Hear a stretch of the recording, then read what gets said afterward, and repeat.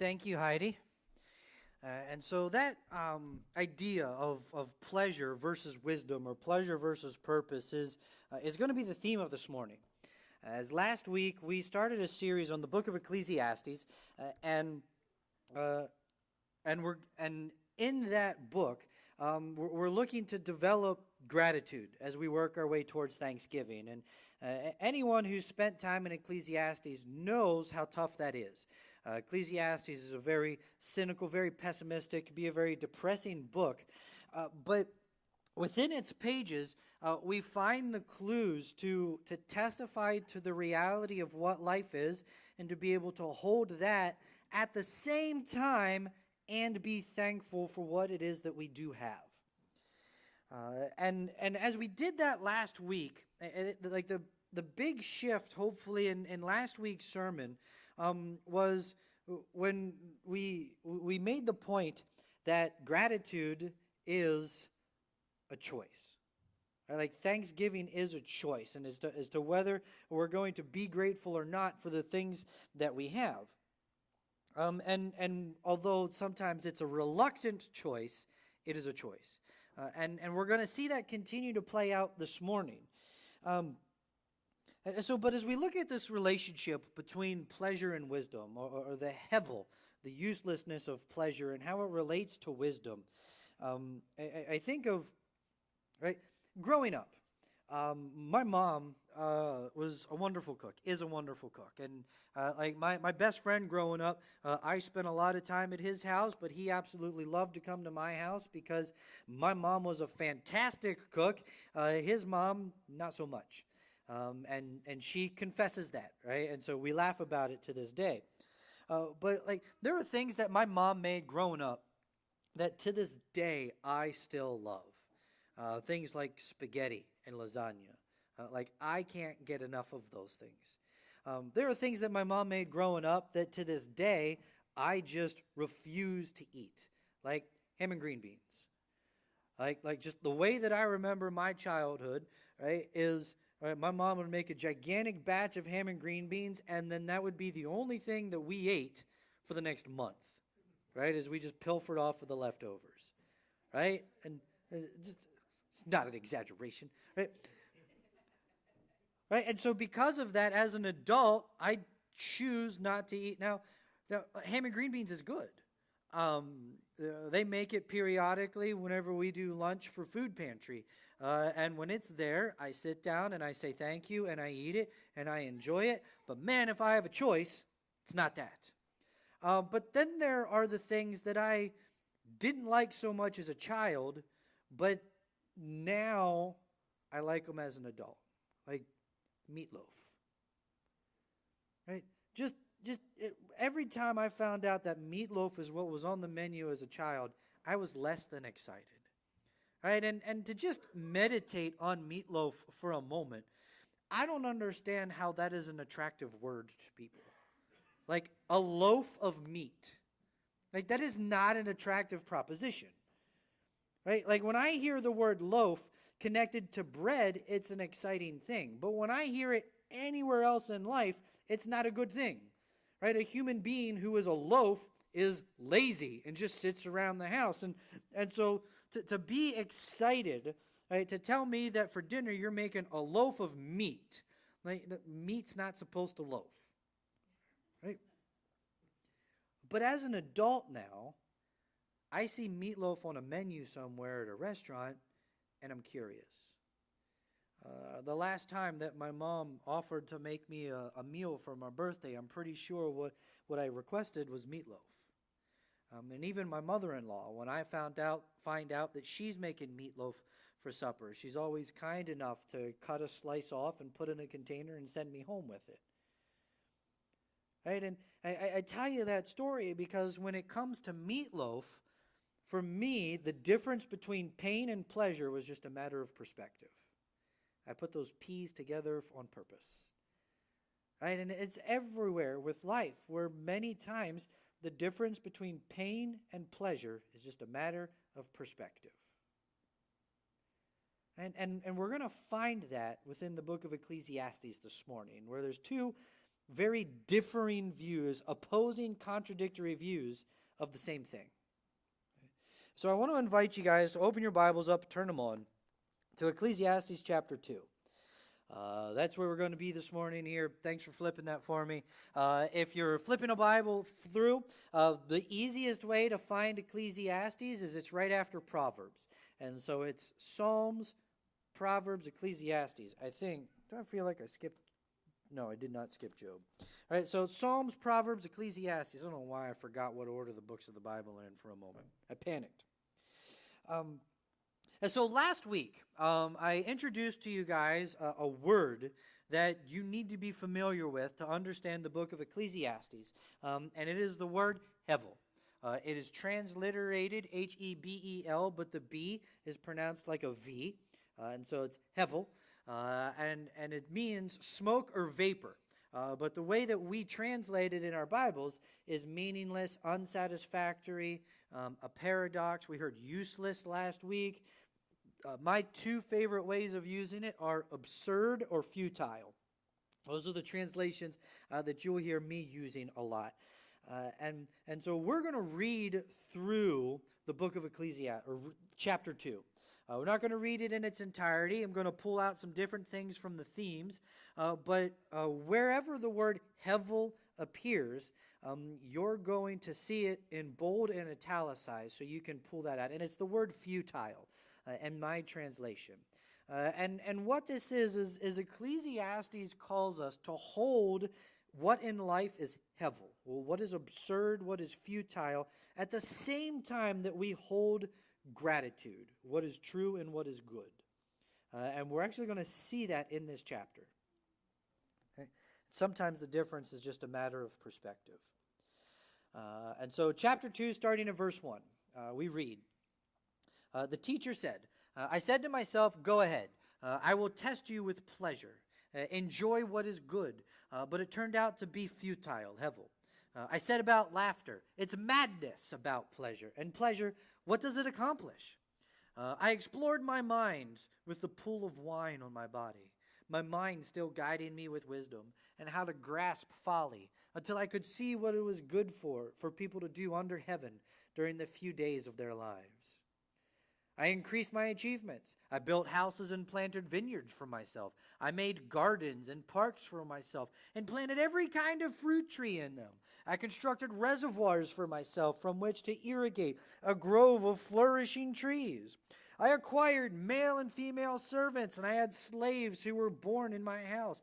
I also owned livestock, large herds and flocks, and more than all who were before me in Jerusalem. Continuing on down through, he lists the silver and the gold that he had accumulated, the treasures that he accumulated for himself, male and female singers, concubines, of which he says were the pleasure of all men, and did not refuse himself any pleasure. And his conclusion of all of it, verse 11, when I had considered all that I had accomplished and all that I had labored to achieve, I found that everything, all of it, was futile, Hevel, and a pursuit for the wind. And there was nothing to be gained under the sun. Continuing on at verse 12. Then I turned to consider wisdom, madness and folly. For what will the king's successor be like? What will he do? He will do what has already been done. And I realized that there is an advantage to wisdom over folly. It's like the advantage of light over darkness. The wise person has eyes in his head, but the fool walks in darkness. Yet I also knew that one fate comes to them both. I'm going to disagree with that one.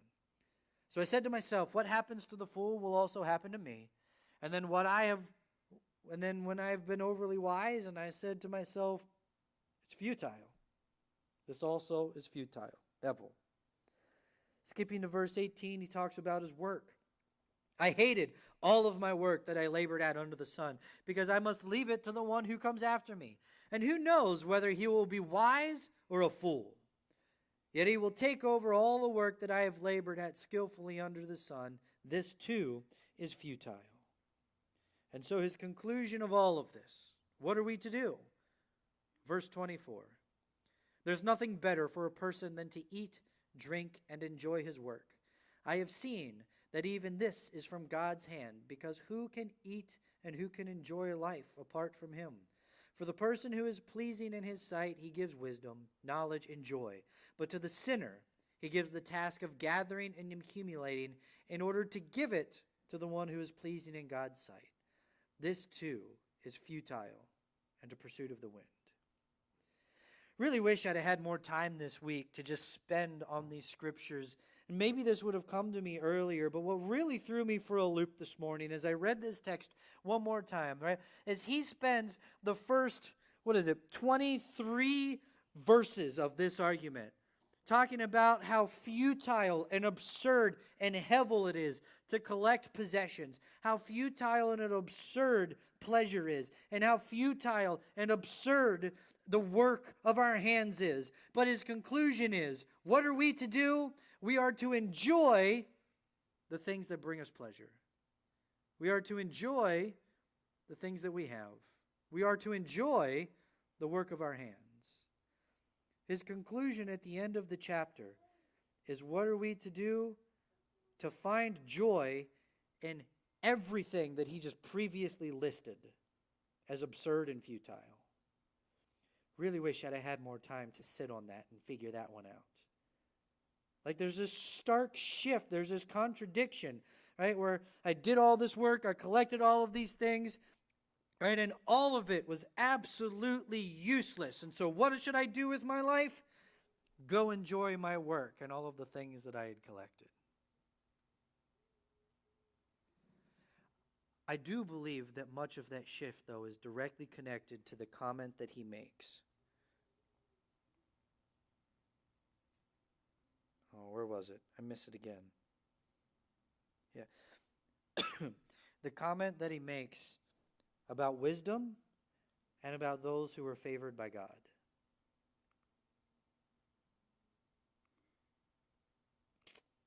I keep losing it. This is what happens when I work through my sermon again as I'm on the way. Right? But he makes a comment.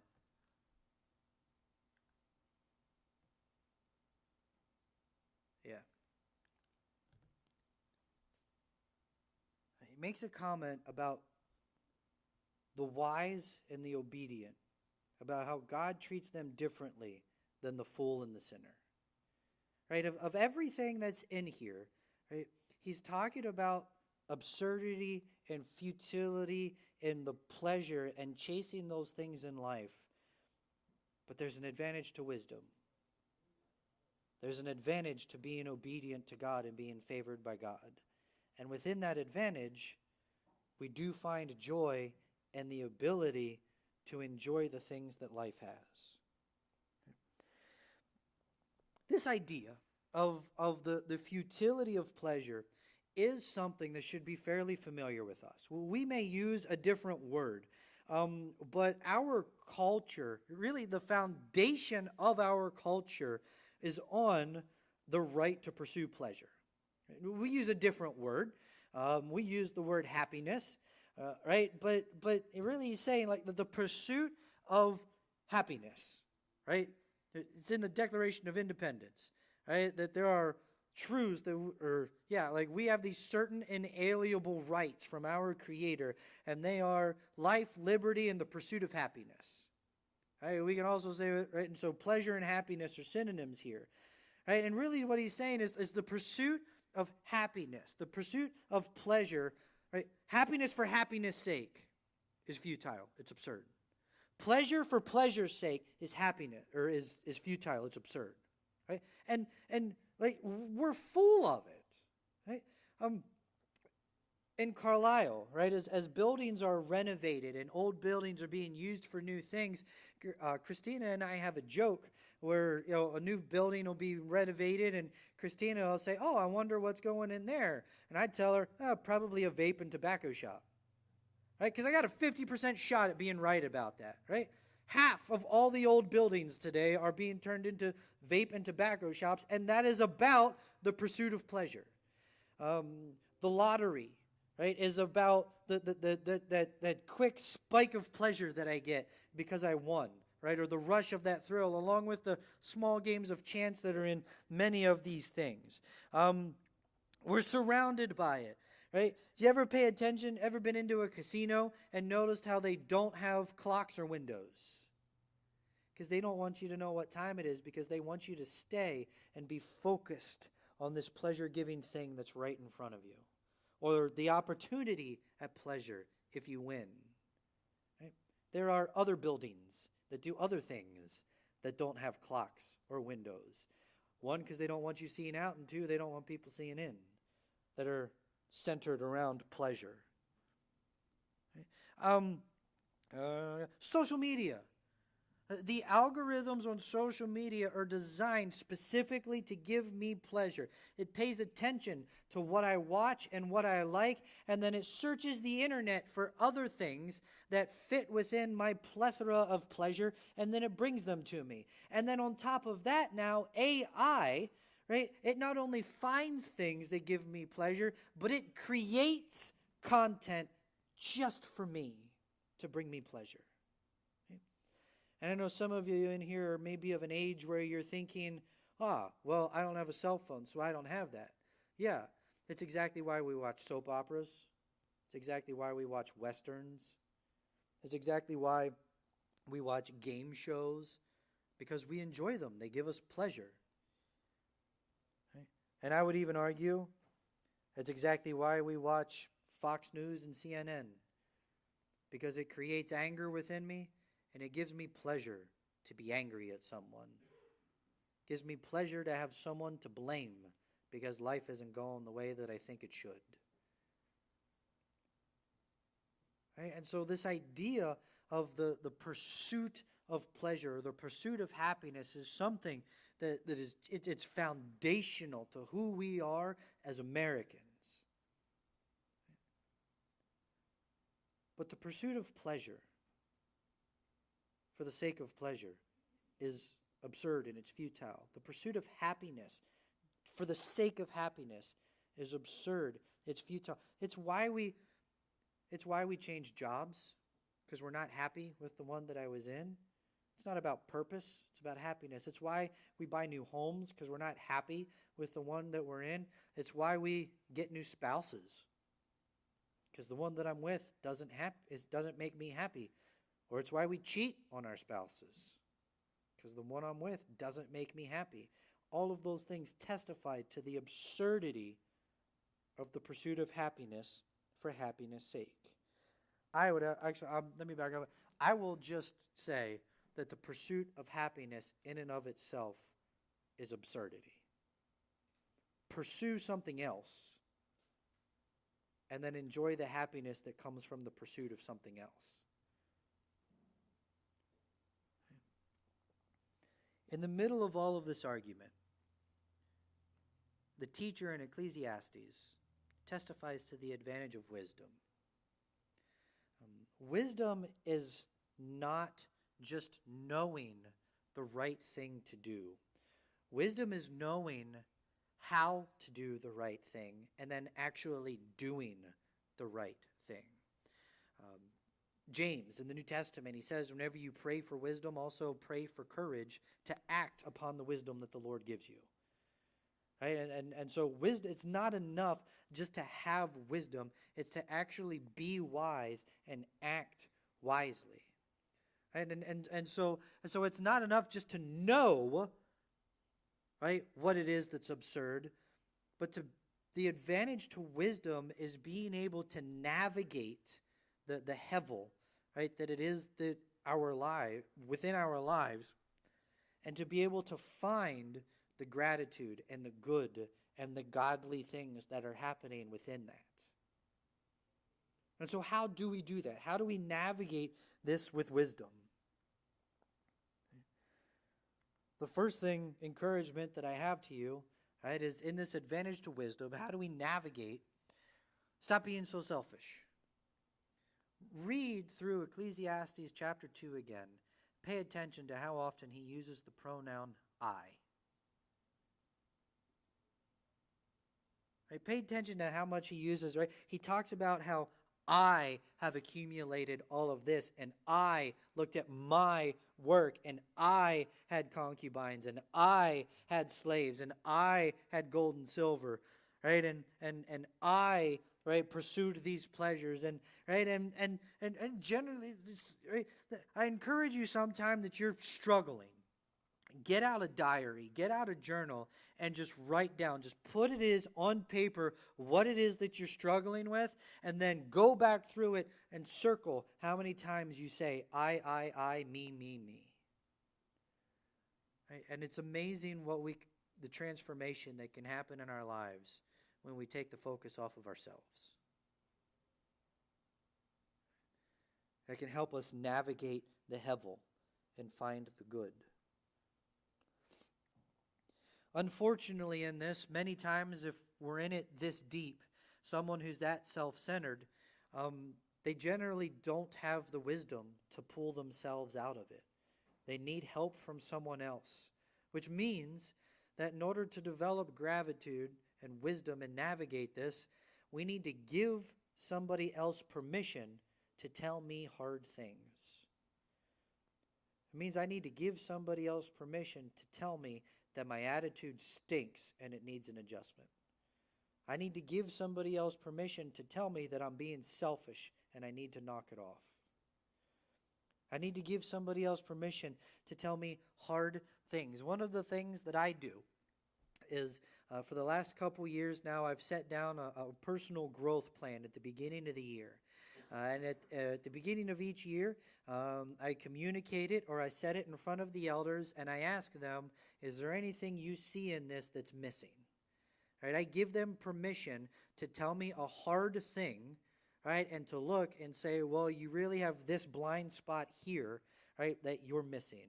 Right? Or there's this thing that you may have overlooked, or we think this might be a little bit more of a priority. And honestly, it really, really frustrates me when they don't, because I know that I'm not all knowing and I know that I'm not all seeing. And sometimes I wish they would tell me something that I'm missing. Right? But I give them permission to tell me the hard thing. Right? And so we're not going to be able to dig this out by ourselves. It means when somebody, right, and the title of this series is A Reluctant Thanksgiving. When someone corrects you, it doesn't feel good. When somebody hurts your feelings, and I'm a believer that sometimes people's feelings need to be hurt, the last thing we want to say is thank you. Right? It's a very reluctant thanksgiving that we develop because of it. But it's necessary.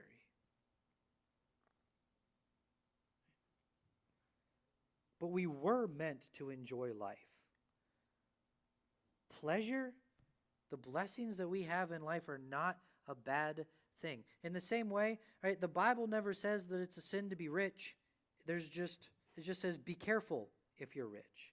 In the same way, it's not a sin to take pleasure in life. It's just a be careful. Right? Like we were given taste buds for a reason. Right? Like we go into the apple orchards and we pick orchards, and a red delicious tastes different from a green delicious, and we were meant to enjoy that. Right? You guys have heard me often. I wax eloquent about how much I enjoy a bacon cheeseburger. Right? And you add a slice of onion to that to just add to the crunch and the texture of the burger. It's fantastic.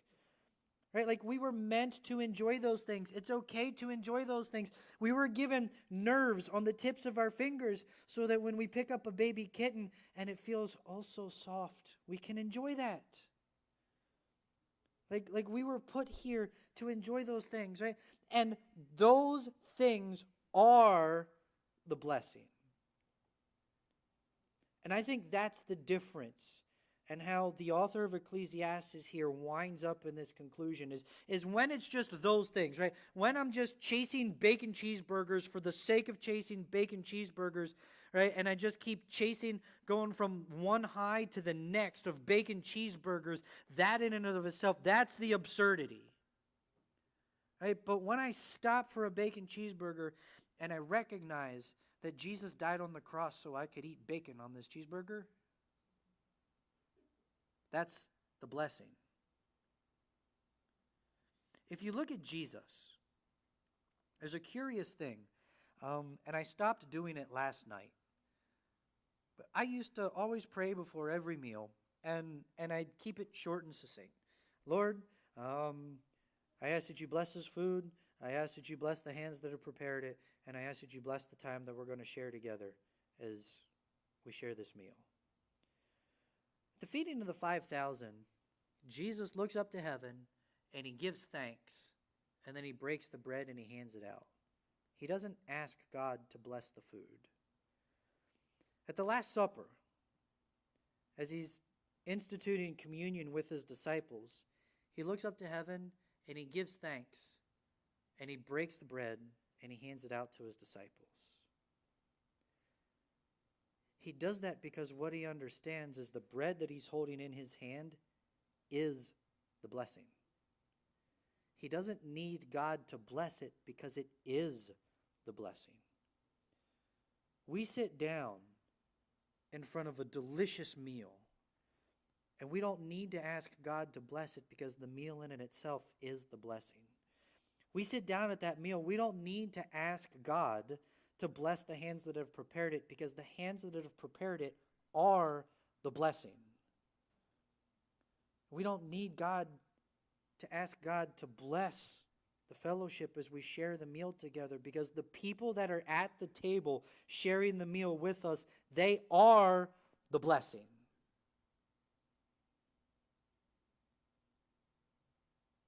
And that is wisdom. Let us pray. Lord, I thank you so much. As I get into this prayer, Sherry's not here. I don't know where Ryan's at. If somebody would do me a favor and run and grab him or send him a text message. I'm a little ahead of schedule.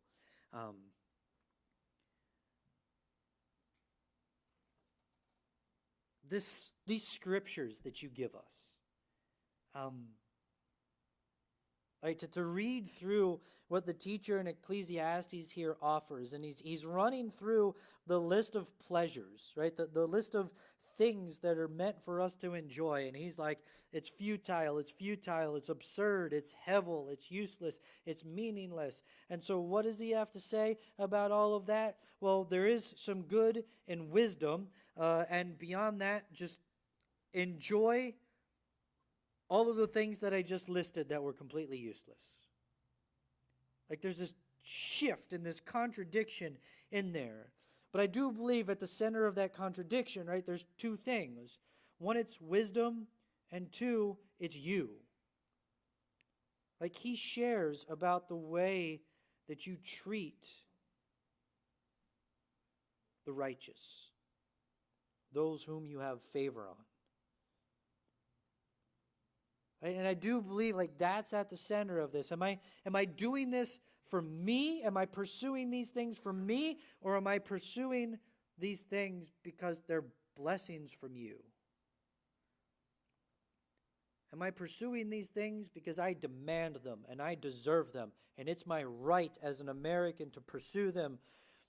Or am I enjoying these things because I recognize that they're a blessing from you? And I think that's the lie that we believe. As we look at the food that's on our plate, and I worked the job that earned the paycheck, and I bought it with my money, and I cooked it on my stove. And so it's my food. No, it's a blessing that you have provided. Lord, I pray that as we balance what it is in life that's Hebel, it's absurd or futile, that we might also be able to see from this point of view that these things are blessings from you. Like we get to enjoy these things, freedom because of the sacrifice of you, Jesus, grace because of the sacrifice of you, Jesus, and because of this relationship that we have with you, Father, and your Holy Spirit, that we can truly enjoy these blessings, Lord, and that we would see them as such, not things that we deserve, not mine that I need more of, but is a blessing from you that we were meant to enjoy. I pray this, Jesus, in your name. Amen.